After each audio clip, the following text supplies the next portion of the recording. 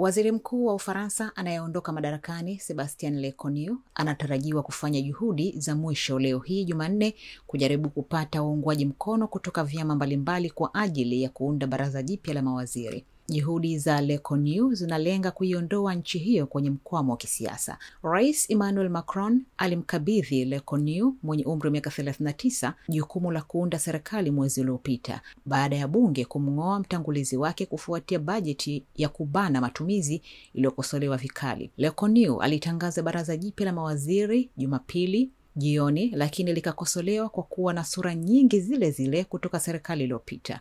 Hali hiyo ilimfanya achukue uamuzi wa kujiuzulu mapema siku ya jana Jumatatu.